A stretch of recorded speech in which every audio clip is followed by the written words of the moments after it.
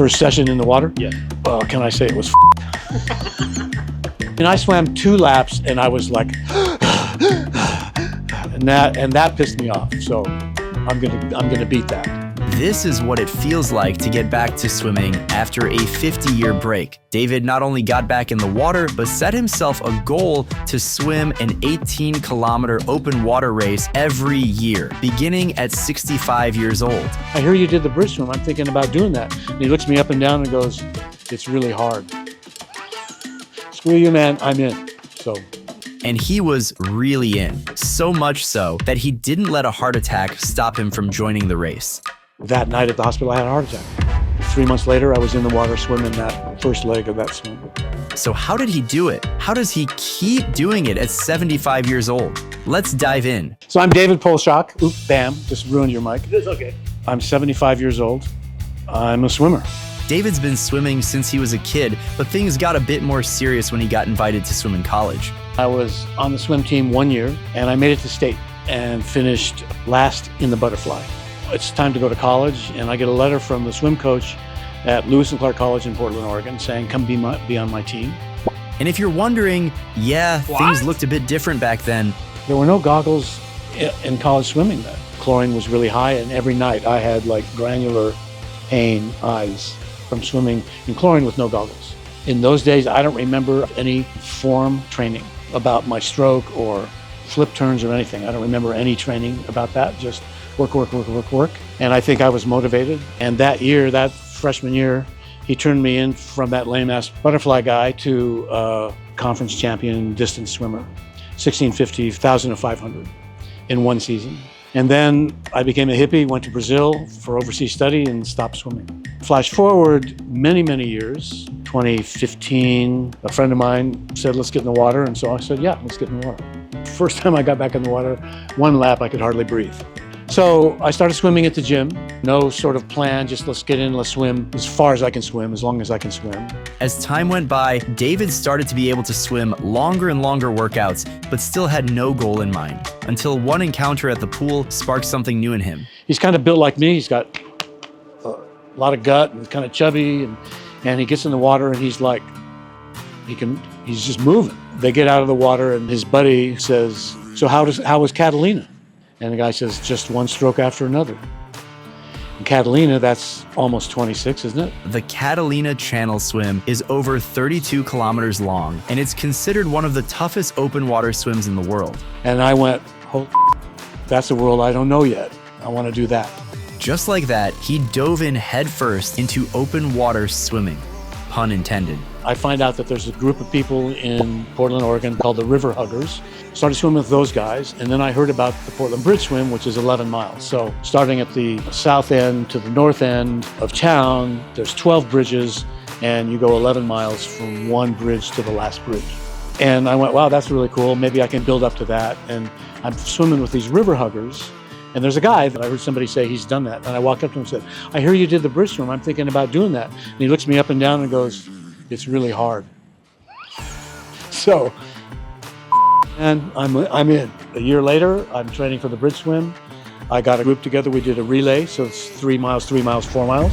And while I was training, I was feeling in pretty good shape, and there was this like band around my chest, and it wouldn't go away. So like I get out of the water and I'm driving myself to the hospital and say, this thing's not going away.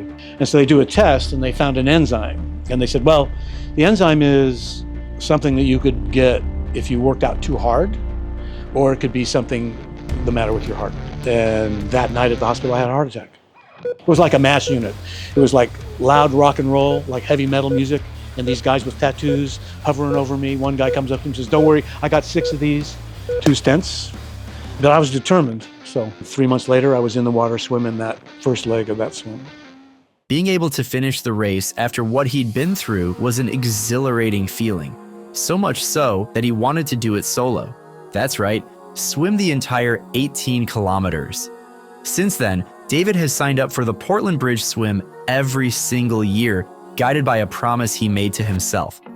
So you actually swim through downtown, through industrial sections. Some of them are giant freeway bridges, they're way over your heads. Actually swim by my studio. You swim it with a kayaker all the way. You can't touch the kayak, that's standard stuff. Normally the swim is downstream, which makes it a little easier. But when the tide comes in, it's like swimming uphill. And this is a brutal swim. It's my 4th time that I won my class because I was the only one in my age group. So I got a little, I got a little medal. I'm on a personal mission, like with the bridge swim, is to keep swimming this until I can't. And so, like I said, I'm 75 years old. It's just a joy to, when you get into the groove, to be able to stay in that place and also be healthy and, come roaring out of the water and being able to just walk, and feel, and have that pride. It's cool. By now, David is a pro at tackling the bridge swim, but that doesn't mean it's a piece of cake every time. 2022, I felt like I was in really great shape. This bridge swim was brutal because the tide came in. So if you don't make the 3rd checkpoint by 11:30 in the morning, they pull you.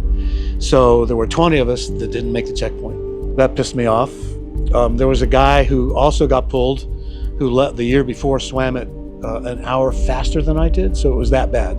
But it kind of hit me, and so I didn't swim for like 4 months after that. When he finally decided to get back in the water, pool swims were the go-to workout. But swimming in open water and in a lap pool are very different. The pool makes you lazy. The flip turn, coming off the wall, you've got a little bit of rest. And I don't like flip turns, so usually when I'm doing workouts, I'm turning off the wall and taking a nice breath, and easing. So when you get in the open water, you don't get to do that. So it's a little harder. So when I restarted, I'd just get in the water and I'd swim 2,500 yards. Let's just do this, nonstop, right? That tedious back and forth routine became the norm until once again, that same friend unknowingly sparked a new kind of fire in David's heart. This time, it would mean diving deep into the technical aspects of swimming, something he has never done before.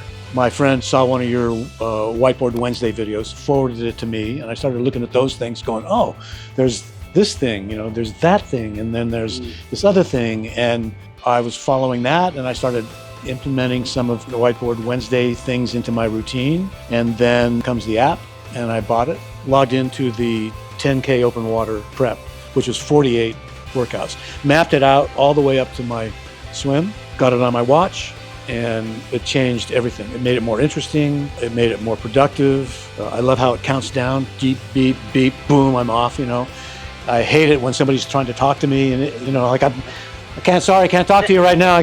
Because I'm obsessive about making sure that I swim everything, and it changed my life. David also struggles with his swimming from time to time. During one Portland Bridge swim, he started questioning why he was putting himself through all that. The first 3 miles, I was like, I'm gonna drown.